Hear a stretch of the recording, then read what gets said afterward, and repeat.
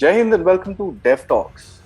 The Taliban takeover of Afghanistan and the escape, with inverted commas, of the United States troops from that entire region along with the NATO forces created a lot of hassle, not just for Afghanistan, but the region as a whole.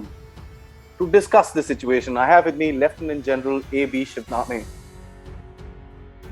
Lieutenant General Shivane, PVSM, AVSM, BSM, a scholar, warrior with 39 years of outstanding career with the Indian Army. He retired as the Director General of Mechanized Forces for the Indian Army.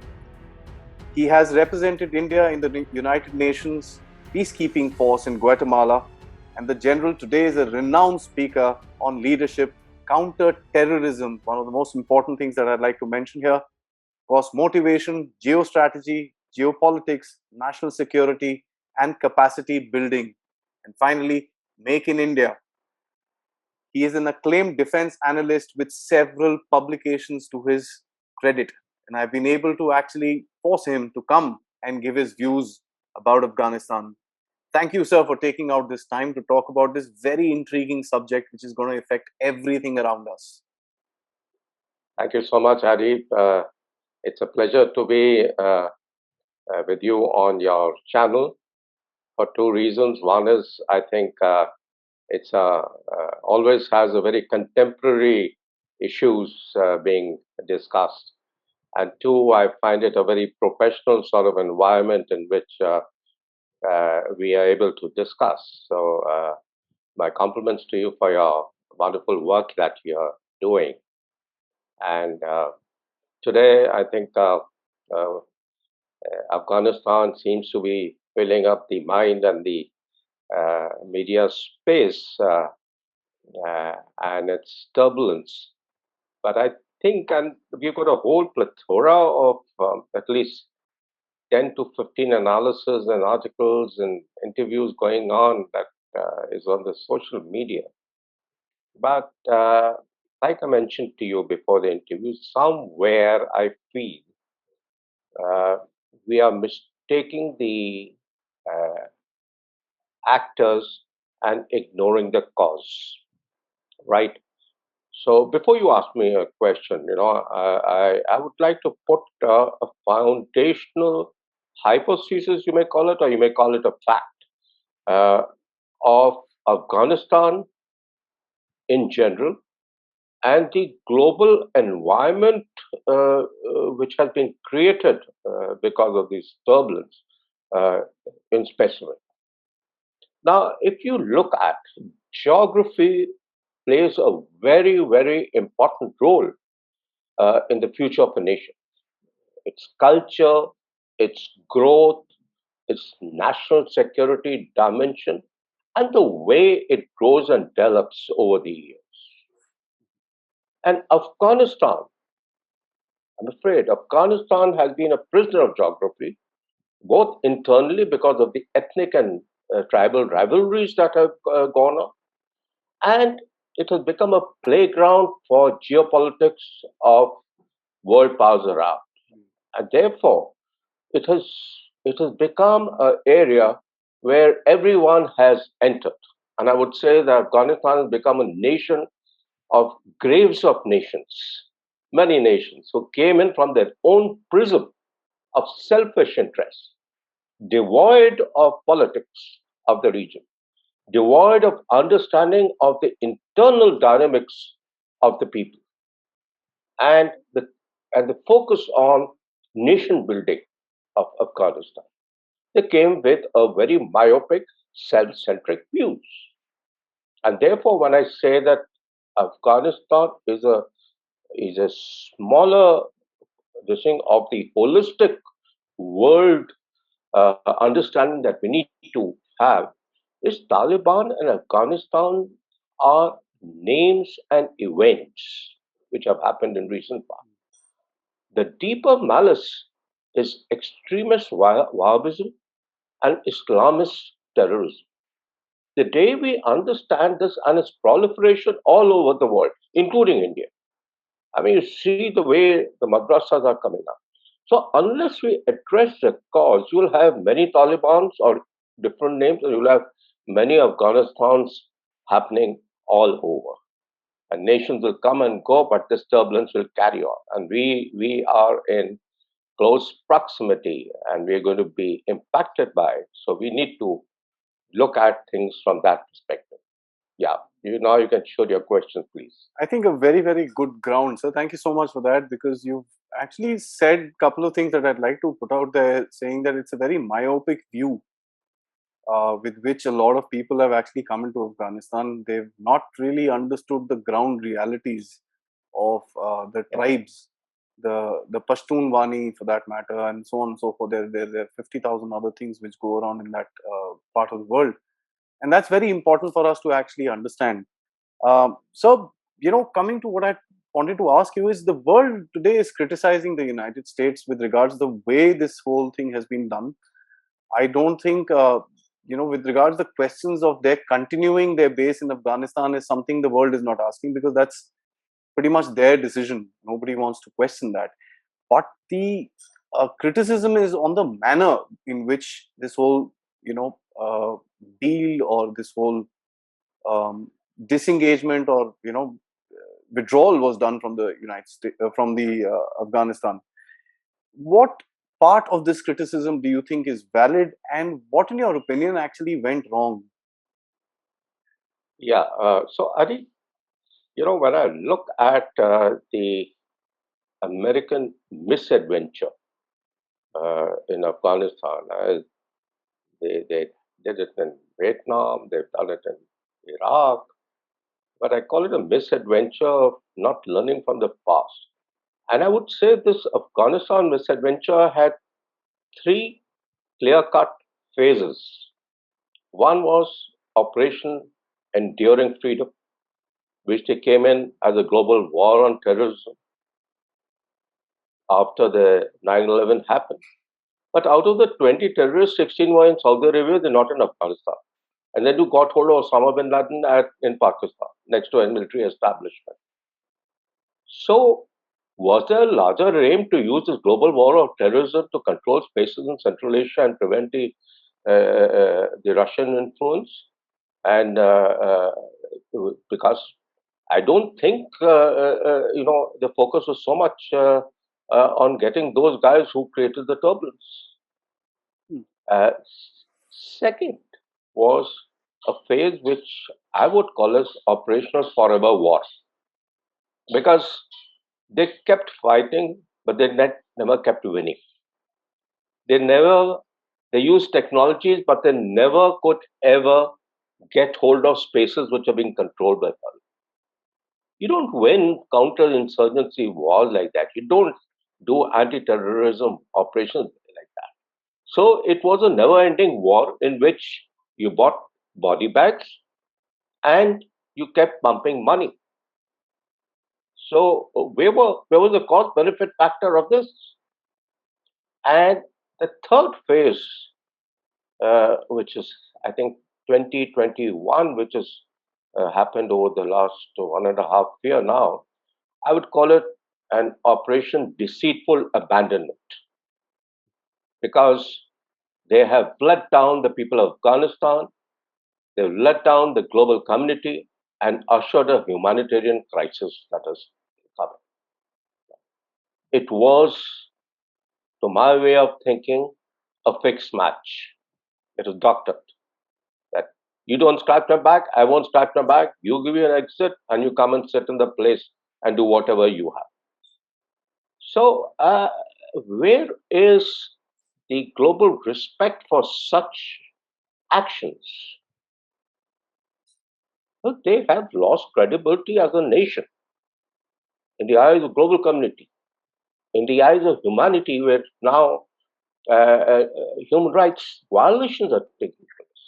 And what do they say?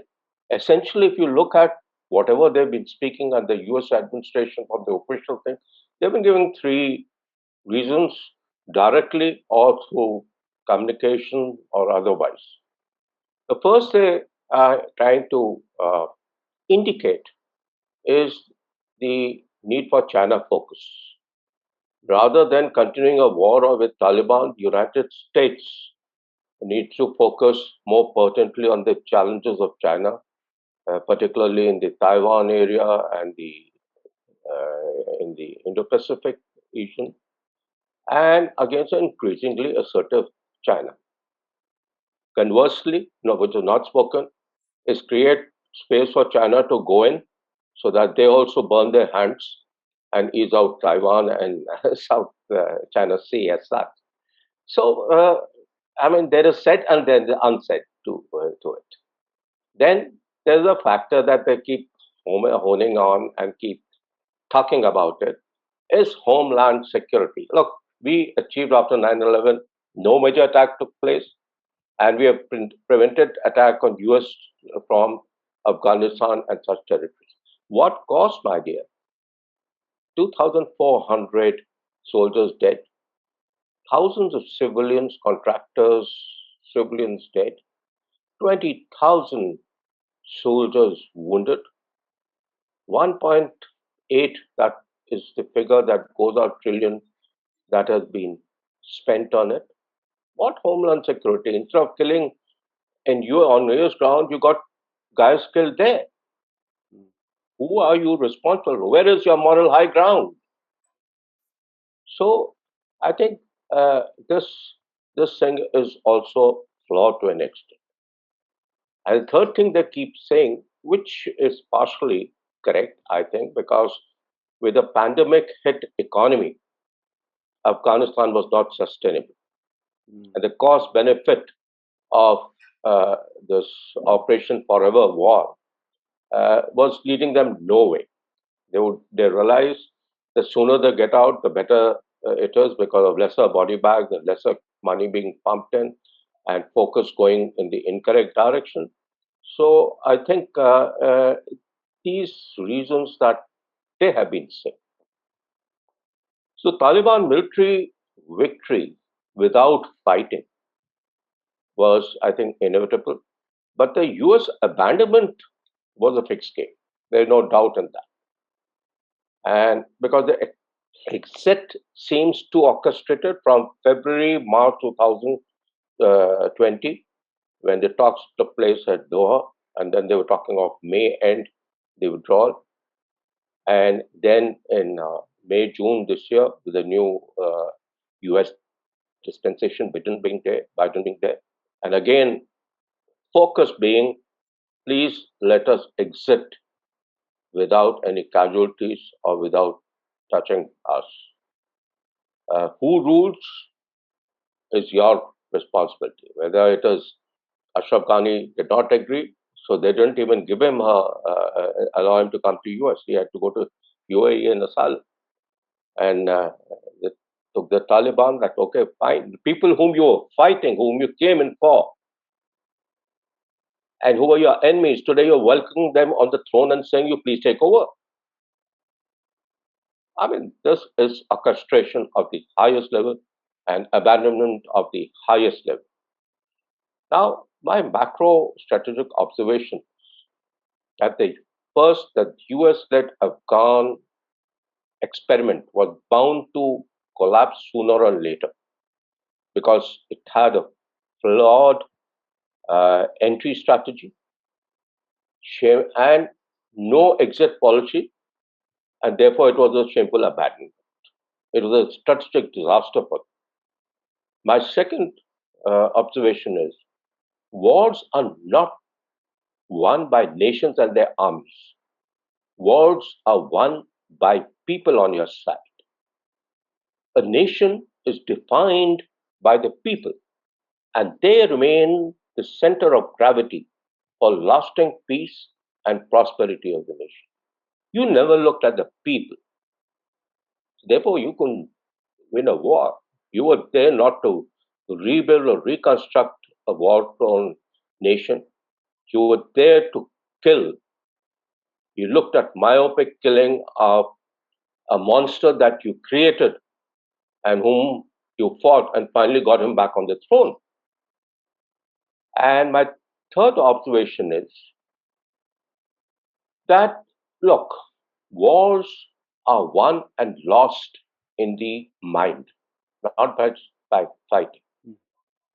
That is the basic principle. It's more in the mind, less in the physical. You may have technology. I think the motivation level, the the will to fight was receding and was being increasingly questioned, and therefore a ragtag force with no major technology, no major kitting, actually won without fighting. So that is my understanding. And what are the reasons for failure of USA? I got to say, I would put them as strategic reasons, political reasons, military reasons, economic reasons, and moral reason, moral defects. Now, like I said, strategically, the entry and exit policy was faulty. I mean, exit entry policy was faulty. Exit, they didn't have a policy.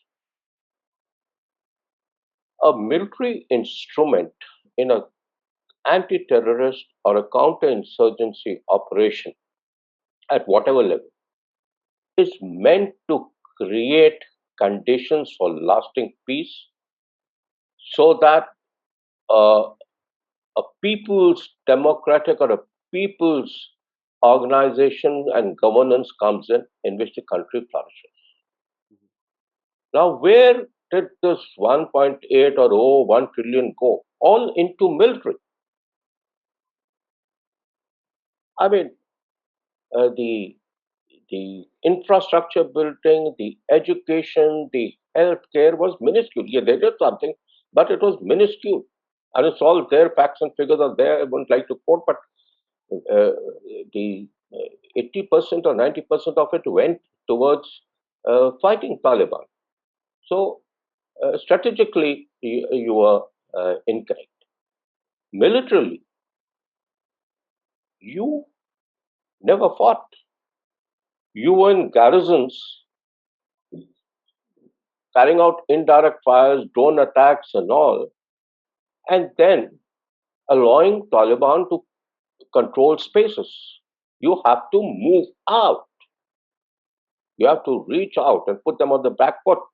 It doesn't happen by garrison fighting or long range technology fires. So they went wrong. The spaces are always taken by the Taliban. Second was the overestimation of the Afghan National Defense Force. You came up and said that there is a 3,52,000 force. Actually, a large portion of that were ghost soldiers. Then you came down to a figure of 2,98,000. And they were poorly led because of corruption at higher bases. And they had little motivation level. So they were rampant corruption and there was desertions which took place also. The logistics that you uh, gave to the civilian uh, corporations and your contractors, a lot of it went unaccounted. There's a whole lot of corruption. The government, the military, the contractors. So it was bound to fail even military, be it logistic, be it leadership, be it tactics, be it strategy. And then you also spent money to say good behavior money and give it to the Taliban. Don't attack me, I'll pay you for that. Now, come on. Are you a professional army that you stay in a garrison and you say, please don't attack my garrison and behave well and be a good Taliban and we'll pay you for your goodness for it? I mean, you lose respect. Even the unity of command of ISF and the coalition force was a big suspect as such. Politically, you went wrong. You didn't understand the politics of that region. You tried to enforce a democratic government by holding elections and doctoring it to a certain extent, interfering, I would say, would be a better word. writing the national constitution, shadow boxing in Doha, but you always had a trust deficit as a nation, as an organization, with the people and the government, which was very obvious. So politically, you failed because you were off the mark. Economically, what did you do? Economically, again, you were a failure. Pumped in so much of money. Narcotics trade went up manifold during your time, in the times of US. You never attempted in the logistics or nation building to create a self-reliance, Atma-Nirbhar Afghanistan. Never, never looked at those issues. So let us be fair to when we understand. Yes, the positives are life expectancy increase, school enrollment increase, uh, female literacy increase as per the World Bank figures. But finally, you gave it back to the same terror organization that you were fighting for. And you came back with body bags, wounded, and rampant corruption that went on. So there was a failure to the commitment of humanity. And where does failure lie? Failure lies in three things: flawed US interventionist policies and leadership strategies. At the macro level, when they look at the globe and think that they've got a big hammer, they can do everything else. That big hammer is also going to hurt their hand. Second is the inability to address the ideology of the cause and look at Afghanistan in a myopic way, not AFPAC region or the other spread of the ideology needs to be curtailed. And third is the shortcoming of the Afghanistan political leadership to, to gain credence of the people for their straightforwardness and a cause towards the peace and stability of the nation. So that's how I view US and its policies. That's I actually tend to agree with you. One of the things that one fails to understand is because Pakistan has been at this business for the longest time. You also mentioned that it's no secret that the entire Taliban base till the time they were a terrorist organization. Today they've been removed of it. That's a different story altogether. But they were all sitting in Pakistan. Osama bin Laden was found in Pakistan. So they had a very myopic view of this entire scenario, wherein you know medically speaking they were treating the symptom but not the root cause of the disease. So Absolutely. it's something very very difficult for one to understand, sir. So having said that, these guys have left. The swiftness of Taliban taking over, and you mentioned that the Afghan National Army just folded up. This is something that I was thinking about when you were talking about this. It just came to my mind that they might have had a backdoor deal with the Taliban, and the Taliban, for in turn, probably had a backdoor deal with the sitting government or whatever it was. But to tell a whole large force of, let's say, 250, 260,000 people just to fold up and kind of back down is something, you know, uh, they say that the morale fell down. They say this money exchanged hands. They say this, they say that. But it's a bit unbelievable when that large a force suddenly sits down within, a matter of 3 4 days. How do you see that situation, sir? Yeah, it's sad the way you know it was given uh, disgracefully on a platter to uh, Taliban by the Americans, and like you said, they just sat down and uh, the Taliban just said we have taken over, we are outside Kabul, and then they enter and say that we are in the palace, the parliament as such. So it's no doubt disgraceful. But what is there that how do you? I mean, what is ahead? Military is one factor of taking over. Converting the short-lived military success, which has been got without fight, into sustained political victory is not going to be so easy for Taliban. The scars of Taliban 1.0 and its ideology are still fresh and deep. So there's no good or bad Taliban or what has been presently being said as Taliban 1.0 and Taliban 2.0. I think that's a myth and a very big mistake. I mean, you can sweeten a poison, but it remains a poison. And Exactly. when you eat it, it kills. So the the look may change, but the character remains essentially same. It continues to be a woman on surviving on an extremist ideology. Yet the only thing that gets little indication from the statements of the Taliban hierarchy presently, I'll never call it Taliban 2.0, but I'll say the present hierarchy. There are three things that I think they are realizing to keep the chaos and get in some calm. One is that they would require international acceptability, for which at least the social behavior, the spoken part, should be there. And they've been talking of the first thing they need to discipline is themselves, as trying to say that some things may be out of control because what is happening and coming out in media of their human rights violation of saying that no co-eds and getting after people and children and women. So they're talking of disciplining themselves and then bringing in a discipline outside. And Doha, they tried to get the international acceptability of being available and amicable to talks.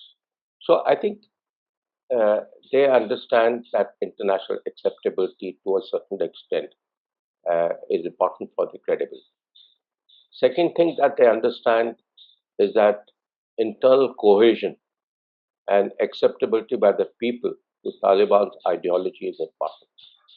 So therefore, they have been talking about that they will be talking to all the uh, anti-Taliban uh, front, Northern Alliance, and all those, and work out a formula which is suitable for all. So some some voices are being raised to bring some sort of accommodation. And third thing that they realize that is the economic resilience is at stake with this exit which has taken place. And Afghanistan is not sustainable as an entity by itself. So it's not, uh,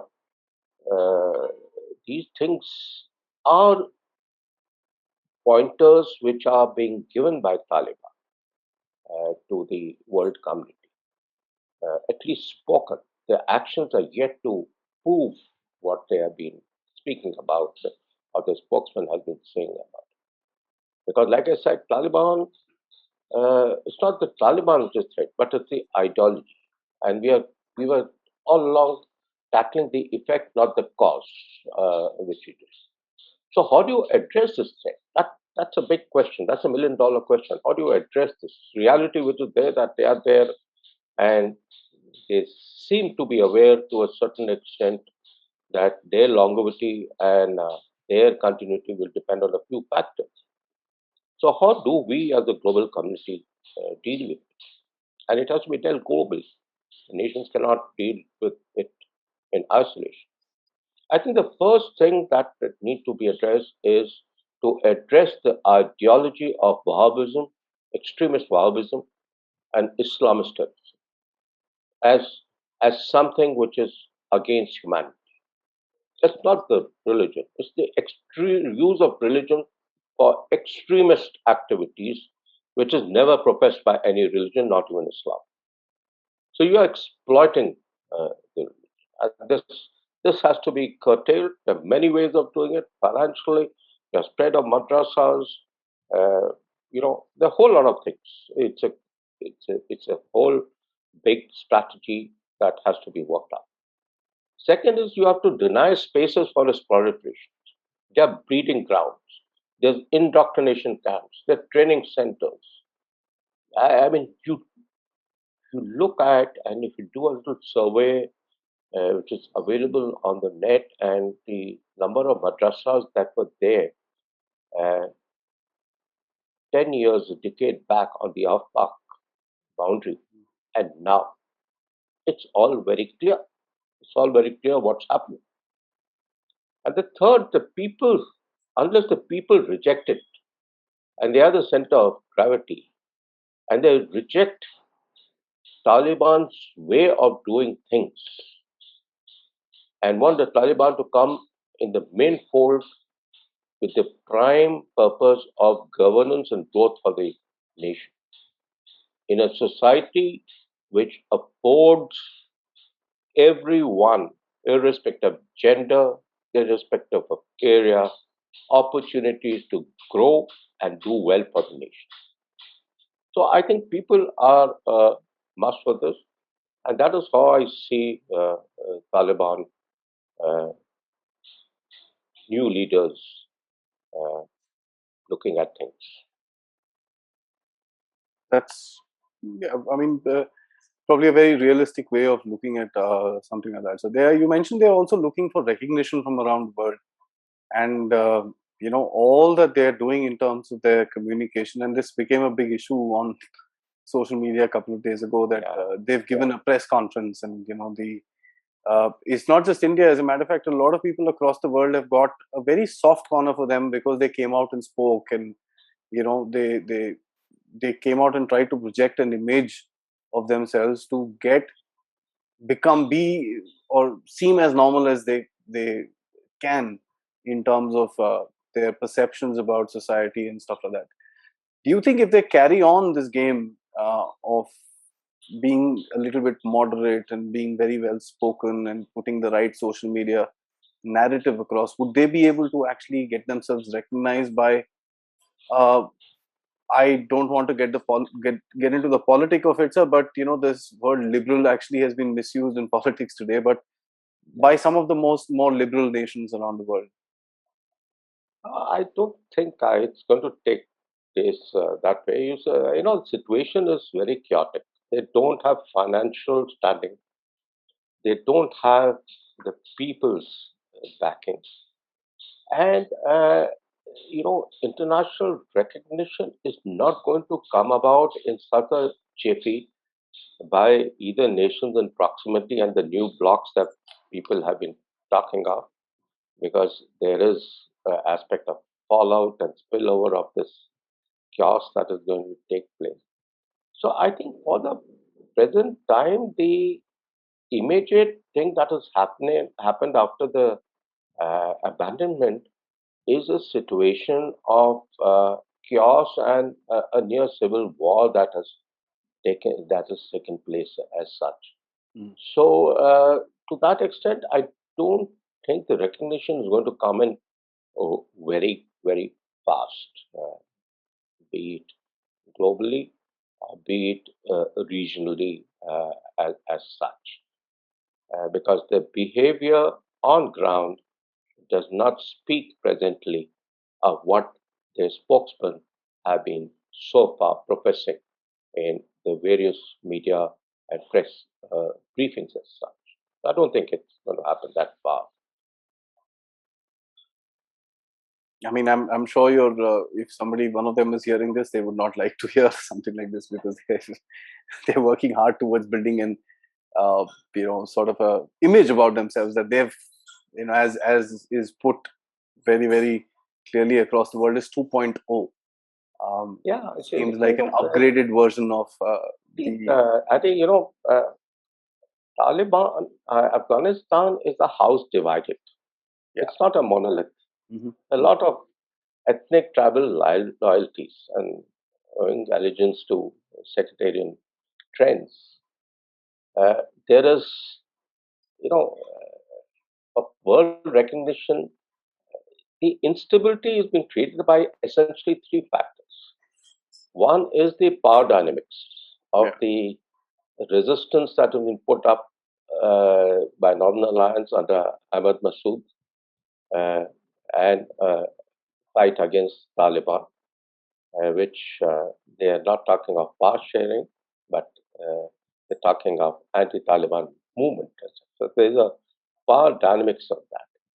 Then there is a aspect of uh, youth protests. Like you had the uh, the Arab Spring. You're having a Afghan Spring and what I call a white revolution.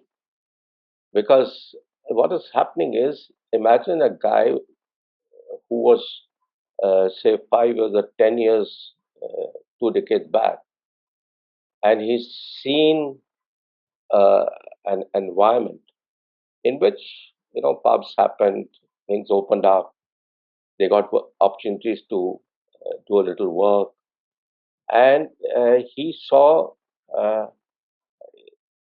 corruption, he saw all that, but he he saw the Western way of life too. And now, when this young guy who was 5 years old is 25, 30 years old today, or he was 10 years and saw Taliban earlier, and now 20 years into this, and now getting as 35 to see what is, he is going to resist because his personal aspirations, growth, education, and the way of life is impacted. Similarly, the women. Look at the women. They became pilots. They became scientists. I'm not talking of teachers and all. They went into a different level of self women empowerment. Mm. And suddenly they're curtailed. Right from saying from you can't have a co-ed school to say you can't work in XYZ. And this disparity is going to be questioned. It's going to be questioned by a population which has a very high share of percentage as such. Therefore, I'm saying it's the Afghan Spring which is also going to resist any such draconian, humanitarian, and restrictive practices where gender disparity and disparities in terms of job opportunities and growth are going to be impacted. Yeah. So there's power dynamics, there is internal dynamics of the people, and of course there are external dynamics, whether you call it the APAC factors, you call the US and the allied interests, and you call the China, Pak, Russia, Iran bloc dynamics. So can a power sharing a compromise equation be worked out when we are heading for this chaos? Big question. So it's a big question. And how do I look at it? When you're talking of the future in Afghanistan, international recognition, how is it going to work? I think basically there are going to be three scenarios. Afghanistan with multiple power sharing, which is based on geographical areas. I mean, I'll be here, you be there, and we won't fight, and let's rule and be happy. Scenario two is Taliban, through social and moderate behavioral practices, establish an Islamic emirate and with central division of power balance. That means centrally it works out a power equation and take control. And third is civil war and chaos with internal and external dimension fallout. So what is happening is that the first iteration of the post-US withdrawal phase, the civil war has already started manifesting internally to the nation. And that poses a big, big threat to the regional stability. Why? Because there will be arms proliferation. There are thousands of lethal weapons which are in the hands of Taliban, former Afghan National Security Force, left by, not gifted, but abandoned and left by the US. I mean, an air force which is there. Uh, they are light attack helicopters. They are armored vehicles. Now, if these start proliferating and going to wrong hands, uh, then I'm afraid it's going to be very chaotic. So this phase of civil war uh, is something where the balloon could again burst or could lead to an area where either the scenario one or two of power sharing can be maybe worked out. So that is how I look at the future and Taliban international you know community as such. I think for the sake of the people, I think that even if the first or either the second option comes through, I think it'll be a peaceful area. They would be able to realize their dreams. And it's funny that these guys don't look at, they they get their inspiration and they call Saudi Arabia as the leader of their kind of Islam and stuff like that. They need to look at and educate themselves on what Saudi is trying to do to actually liberalize, because Yeah, they're realizing they're not going to be able to sustain this for a very long time. So, and these guys want to go back into that entire thing. So, I guess there is, somewhere down the line, somebody is not thinking. It's a sad situation, sir. absolutely. Having said that, so the United States, although is militarily today, reducing, they've got 7,000 odd soldiers guarding the Kabul airport, but they're not on a offensive combat mission sort of a thing at the moment as we speak.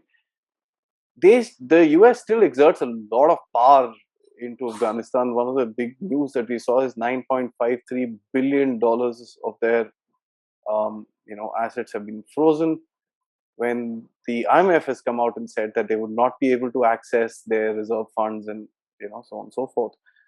So here is a newborn country in utter chaos with a ton of money which is illegal, but no money to pay salaries, no money to run the government. Uh, what do you think are the options for the Taliban today? See, Adi, the growth and economic well-being of a country and its people gives credibility to the regime. And Taliban has encountered or will encounter its first policy challenge should the civil war recede, would be the challenge of fiscal growth and sustainment. Because if you look at its nominal GDP, it's just $20 billion. Mhm. Out of that, the IMF loan, which has been frozen, is 40%. Then there is the American aid. Then there is 8 to 10% of the poppy trade, narcotics, which is there. And the growth rate over the past decade, or so a little less than a decade, has dropped to 2.3%, nearly 2% or such. The current account deficit, and I'm quoting figures, is unsustainable at 27.5% of the GDP. That's the current account deficit of the nation. And what does it have? It's not doesn't have an agriculture base. That's why I spoke of geography. You know, it has mere 12% of land which is arable and supports 70% of the population. So it has got a lot of dynamics. Yes, it has got the strength of mineral wealth, which has been estimated by the Pentagon of over 1 trillion. It includes copper, gold, and most importantly, lithium. And China is primary player in lithium utilization for electric vehicles in future. So that's an interesting connect. But Taliban has to realize that it cannot create dependence on a particular bloc, whether it is Pakistan, China, Russia, Iran, to to get some fiscal aid, because they would have to attempt to have the best of both worlds, the Western as well as this. It's not sustainable like that. And then they know that sanctions options exist if this chaos continues. Though sanctions will always be opposed in the UN Security Council because people will veto, and even if it's done unilaterally by some nations, it won't have that sort of effect. Right. So the short and tall of it is that today, post the civil war sort of scenario,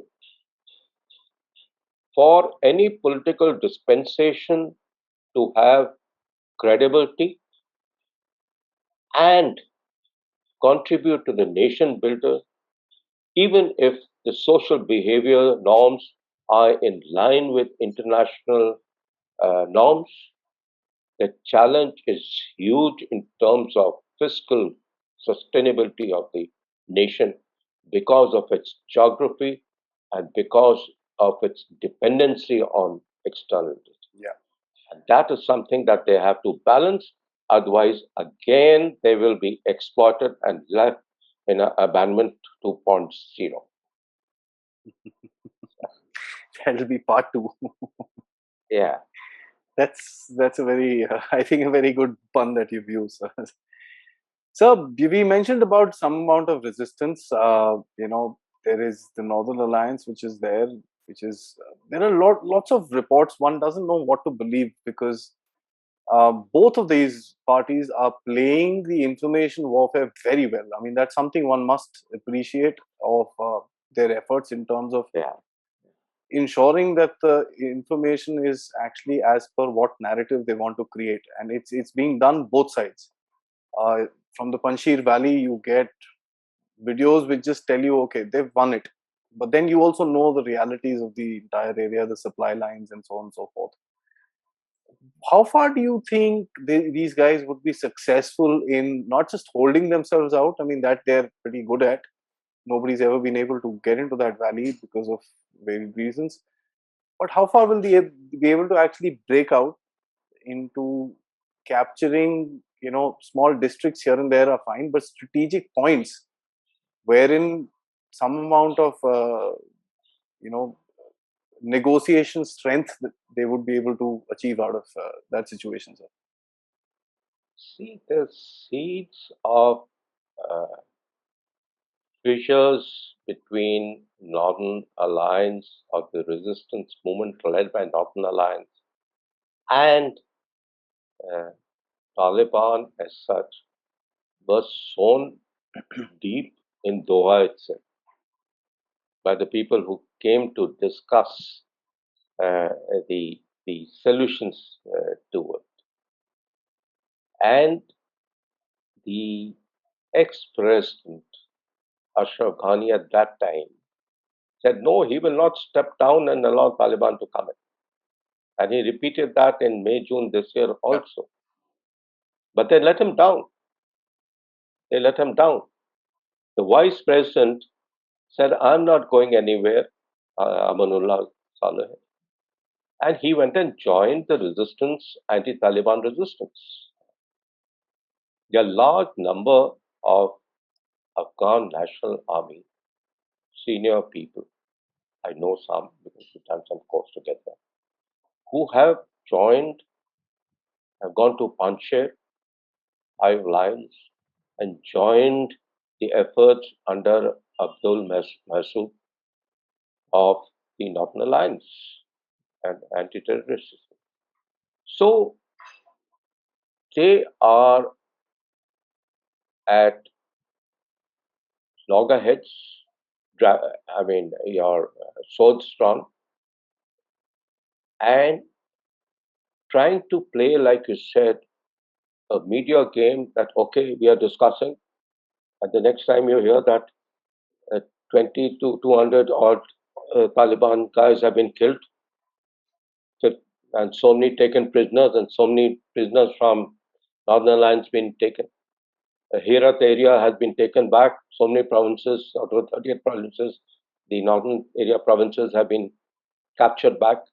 So there is a information warfare which is going on, and both sides at the same time, while they are uh, putting across their success stories, are also are also saying that look, we are amicable to discussions, power sharing.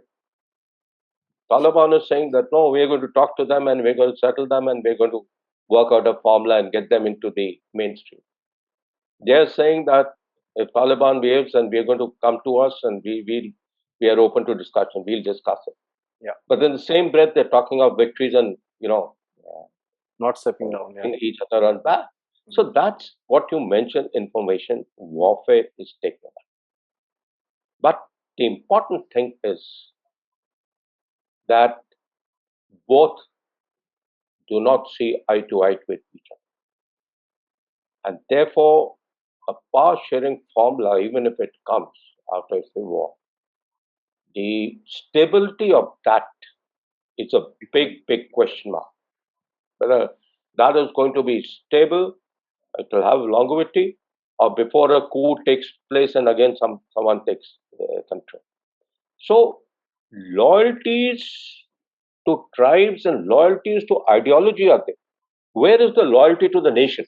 Nation. Till the time the loyalty to the nation above all comes in, and not tribes and Kazakhs and Uyghurs and you can name them, but our loyalty to a particular ideology. You have to have loyalty to the nation, and that loyalty to the nation is a big challenge in Afghanistan today. So I don't think it's going to happen, and if it happens, like scenario 1 or 2 of power sharing, the longevity of that, I pray it does take place, but I'm a little skeptical of both sides, remaining united as such. Specifically because you have no foundational financial thing to get the nation together. Yeah. There is no deliverance for the people, which are going to be there. And if you're going to talk in the Taliban, and Taliban is going to say we are going to have a good behavior, but with the caveat that it's going to be Shariat and Islamic way of this thing, then you are talking of the same thing differently. Because what is good behavior cannot be defined. What you're going to impose a behavior of yours cannot be defined. So these are dynamics which you need to understand because ideology, because of tribal affinities. And like I said, who is looking at nation? Who's looking at Mera Watan hai, main jahan bhi hu? That thing is lacking. Absolutely. Absolutely, sir. And one of the biggest things that I find, and I'd like to add just a small snippet if you allow me, sir. Yeah. They can actually sit down and make an inclusive government. Fair enough. The Northern Alliance would sit down together with the Taliban and create something, and they'll start doing this, that, the other. They both will have a big problem on their hands. One is the so-called Afghan National Army, which is the soldiers are still soldiers at the end of it. They're trained fighters, they're trained killers. Yeah. On one part, and the second part is, of course, the 75,000-80,000 of these ragtag soldiers who are armed to the teeth, and to disarm them is going to be another big problem for anybody who takes power in that place. It's so even if the leadership of both the places do sit down and shake hands, will that message actually go down to the ground? Will that message Absolutely. be adhered to by every commander on the ground who commands probably 3 or 5 men and wants to do his own thing? Why, Adi, why are they saying amnesty to the security forces and the political place? Why are they making such loud statements? They can't operate those high-tech equipment. They can't. They require. They need those people back. They don't know those people. Politically, they need people to have a little more credibility. So all this gimmick of amnesty, and forgiveness being amnesty as forgiveness being given is well spoken, but we are yet to see it how well it's done. It's for a selfish interest. Absolutely. Yeah. Sir. So, for my last question, of course, one of the most important subjects that is close to all of our hearts as Indians. Yeah, We've been nothing but nice to Afghanistan for years now. I mean, we've done so much work, and which is even acknowledged by the Taliban. They themselves are saying, that yeah, we yeah. appreciate India's efforts in terms of whatever is done. They might be just saying it, but one thing I also know is that if they didn't like it, they would have blown it up by now. What stops them? They could have destroyed the roads, they could have destroyed the schools, the The parliament, the dams. dams, whatever. They could have blown everything up. They didn't do it because of, I mean, they also know if they do that, they're damaging their own self. This is the Absolutely. probably slight upgrade that we see in the Taliban, Yeah. um, that I would agree to, sir, with the face value of the evidence in front of us. What do we do today? We are evacuating our citizens. We are, you know, doing whatever we can in terms of the covert. I'm sure there's a lot of covert communications on right now. What do we do? How do we go forward in terms of having our diplomatic presence, our work in Afghanistan, so on and so forth? How does India handle this whole thing? I'm sorry, I'm going to Yeah. add, knowing the factor that Pakistan and China would try their level best to play spoil sport for us. So, keeping Absolutely. that in mind. Absolutely. I agree with you. But our strength as a nation has been the soft power and the goodwill we have got with the people of Afghanistan. And I keep harping on this point. The people of the country make the nation, and that is very important. I mean, you've been invested heavily into peace and development in Afghanistan. You're aware of that, and the gains of last 2 decades must be preserved, and the interests of minorities, women, and vulnerable sections of must be ensured. Now, Taliban, when they talk of good behavior, cannot be destroying, like we said, the assets, the dam, the infrastructure, the schools, the hospitals, the power grids, the communications, all that. So much that has been there. So they are aware.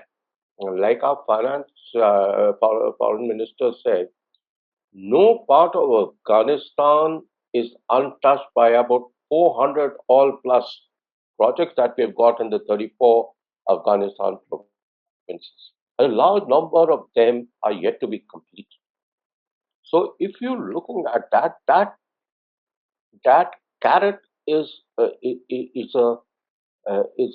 big plus for India if Taliban is looking at development and continuity as a means for it to continue in whatever power sharing mechanism it has. It is also well aware of if it it has a relationship which is uh, I won't call it positive, but a working relationship with India, it also sends an international acceptability message because India has that sort of global repute. So they're going to be very sensitive and this nonsense about, they will send Taliban's to Kashmir and then they will create chaos as a thing. I think this is hyping it a bit. Uh, in fact, Pakistan and China should be more careful of the fallout rather than us. They're going to feel the pinch more if it happens that way. So I would say that, it's time for India to build up on its past image. Wait and watch is fine, uh, but we have a few questions that we need to ask ourselves.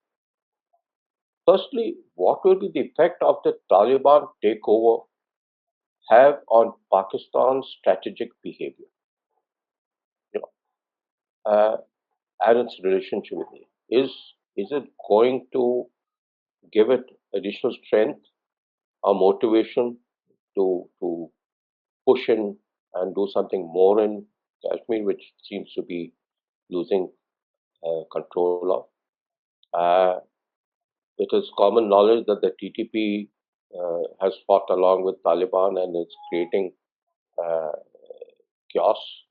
But do we see a Talibanized Pakistan in the offing? But I don't think that spillover will come to India because it'll first go towards creating greater Afghanistan, Pakistan, and Baluchistan than in India. But we got to be alert because there can be mercenaries who can be recruited and sent, and we got to be vigilant as such. Second is the question that we need to ask ourselves: should we be engaging with Taliban? I think right now is what we're doing is fine. Taliban is no friend of India, but today you have a leverage where uh, they can uh, be amicable to a working relationship with India. So, what should India do?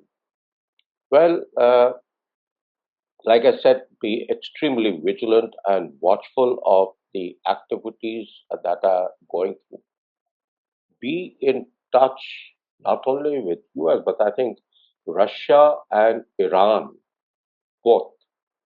We need to be in touch with them to try and get uh, some semblance of stability from chaos because they have their own influence while continuing to put pressure on the APAC region and on Pakistan to also contribute. I think we already should be, but if not, we need to continue our efforts to strengthen the bondings and understanding that we have with Northern Alliance as a moderate balancing factor Mhm. of the future outcome. True. That is also an important aspect. So I would say wait and watch, but engage also with the right people, but never compromise your standing on the strengths that you have built up over the ages, over the past decade, and which have given you the goodwill of the people of Afghanistan. Never compromise on that.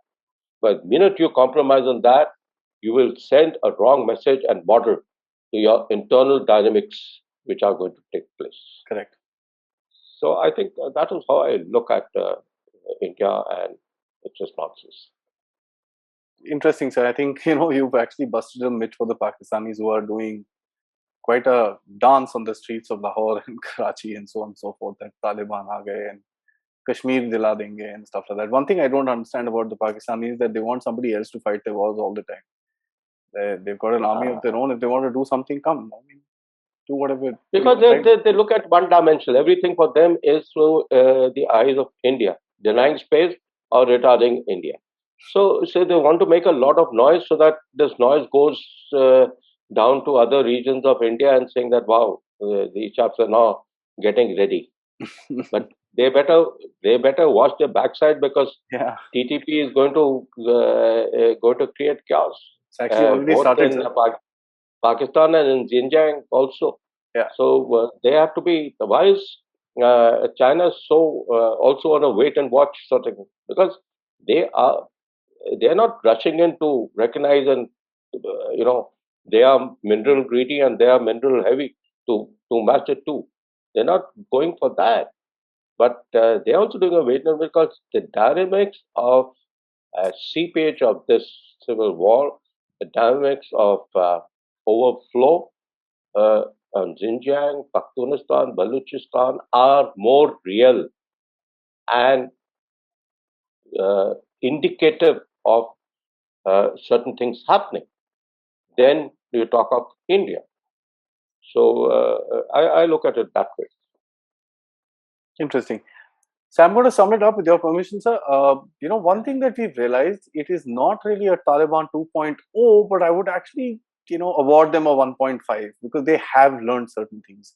They've had the experience of handling public interactions, which was not the case before because they would come out and say such shocking things if you watch their earlier interviews, which is not the case now. They've learned how to pass a message across. They might not be able to actually do it on the ground, but they've learned how to communicate. So that's the 1.5 that I would want to give them. Apart from Absolutely. that, I mean, what US has done is raise the question amongst uh, all her allies and partners, as the word US likes to use. A lot of the strategists from United States have started now talking about the factor that US wanted to do this because China will get stuck here, Russia will get stuck here, and so on and so forth. But the only factor which is the big gap in this theory is that why did they leave billions and billions of dollars worth of modern military equipment in the hands of an adversary if this was as per plan? They've not been able to get their own people out. So uh, evidently, you know, the planning wasn't as great as what they would like it to, perceive across the world. Apart from that, one interesting thing that the general has mentioned is that Taliban is not really a monolithic structure, and that's something we all know. But one thing we don't realize is that will the Taliban be able to actually control his local commanders on the ground? Will they be able to actually pass effective orders? What happened was not a Taliban victory, and that's something that I learned from the general, is that it was not a Taliban victory; it was a defeat of or capitulation of the Afghan National Army and the supporting armed forces that were there in that country. So it's not a victory for Taliban as per se, but it's the other way around. It's they just saw the place open and they came in, and a lot of their commanders actually say that we didn't find any resistance, we kept going. So it's as simple as that. Thank you, sir. This has been a very insightful and I must say realistic discussion more than anything else, because Thank you, Adi. Thank you so much. we yeah, Uh, Taliban, whatever, one, one plus, 1.0 plus, I would say. Good thing is, good thing they're talking. But the challenge is, how do they walk the talk? yeah, yeah, That's a huge challenge internally, as an organization, and as a nation for the people. absolutely, And absolutely.